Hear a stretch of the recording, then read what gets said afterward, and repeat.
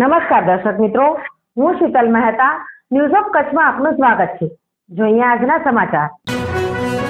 મહાવીરમ અમારા નવા ઓર્ગેનિક ઘી તમામ ટેસ્ટિંગ સર્ટિફિકેટ ધરાવે છે. FSSAI પ્રમાણિત ISO 2015 સર્ટિફાઈડ કંપનીનું શુદ્ધ ઘી. મુંબઈમાં ફ્રી હોમ ડિલિવરીની સુવિધા. મુખ્ય branch Bhayandar. Mobile number 993011118586.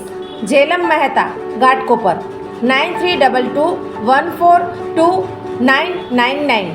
Sheetal Mehta Bhuj 9408202004. Gandhidham મત વિસ્તારના ધારાસભ્ય માલતીબેન મહેશ્વરી દ્વારા દીપાવલી સ્નેહ મિલનનું આયોજન કરાયું. હજારોની જનમેદની ઉમટી પડી અને માલતીબેનને અભિનંદન આપી સન્માનિત કર્યા. MP અને MLA વગેરે ઉપસ્થિત રહ્યા.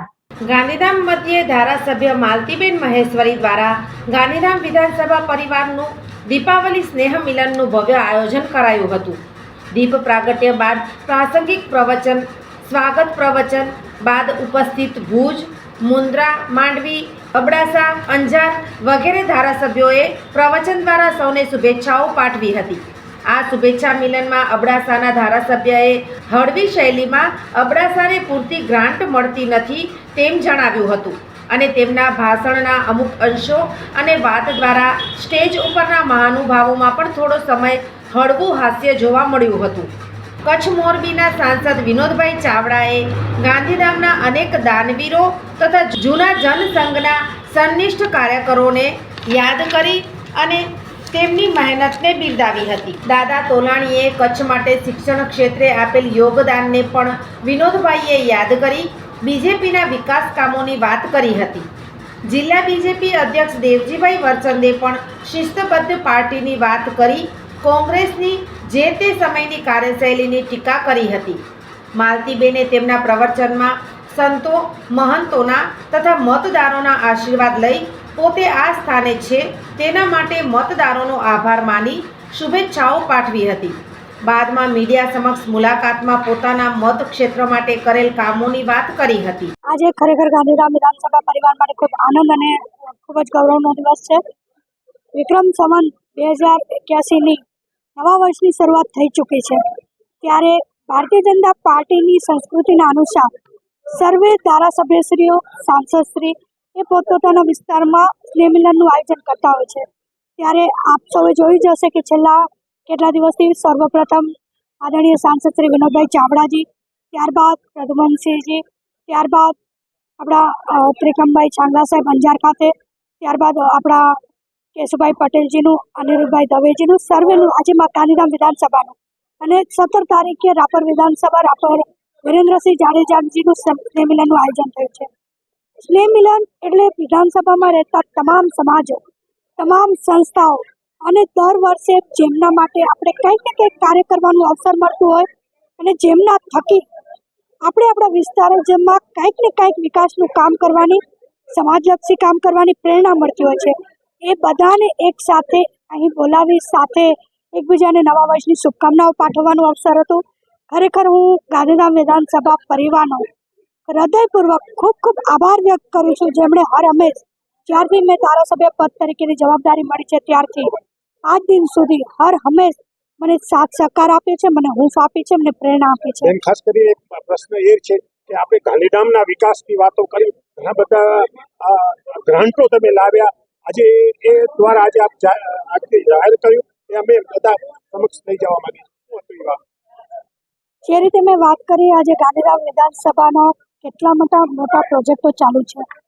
મેં આપને કહ્યું તેમ, જે મારી સ્પીચમાં પણ મેં આ વાત કરી, આજે ગાંધીધામમાં 116 કરોડના ખર્ચે જલ સે નલની યોજનાનું કામ કાર્યરત છે. ડ્રેનેજની વ્યવસ્થા માટેના 68 કરોડના ખર્ચે કામ કાર્યરત છે.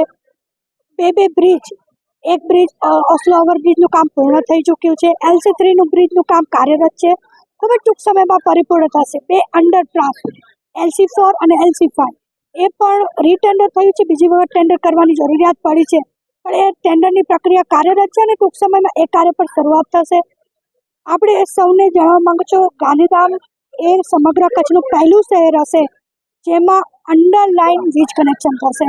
આપણે જેટલી બી વાયરિંગ છે અંડરલાઇન થશે. 350 કરોડના ખર્ચે ખૂબ ભવ્ય કામ એ ટૂંક સમયમાં એનું આપણે ખાતમુહૂર્ત કરવા જઈ રહ્યા છીએ. કંડલા પોર્ટના CSRની મદદથી ડમ્પિંગ સાઇટ 11 કરોડના ખર્ચે જમીન પણ મળી છે અને એમના વતી રિસાયકલિંગ ડમ્પિંગને કરવા માટેની વ્યવસ્થા 11 કરોડના ખર્ચે મળી છે, જેનું લોકાર્પણ આપણે ગણતરીના દિવસોમાં કરવાના છીએ. એટલે આવનારા સમયમાં એ ગાંધીધામ પણ સ્વચ્છ અને સુંદર બનશે.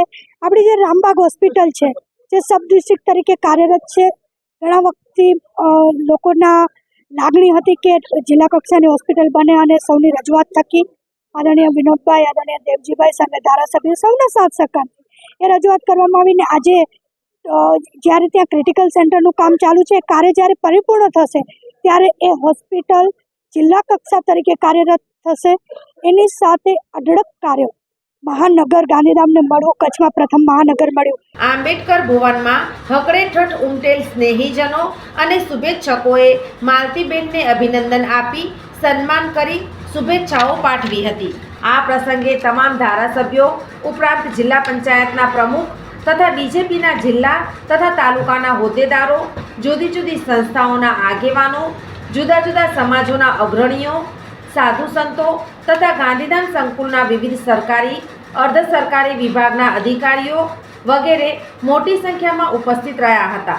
આમ માલતીબેન મહેશ્વરીના આ સ્નેહ મિલનમાં લોકોએ માલતીબેનને ખૂબ જ ઉત્સાહ અને ભાવપૂર્વક સન્માનિત કર્યા હતા. સોફ Kutch power by Opal electronics, LG best shop, Vijaynagar road Bhuj, Rambagh road Adipur.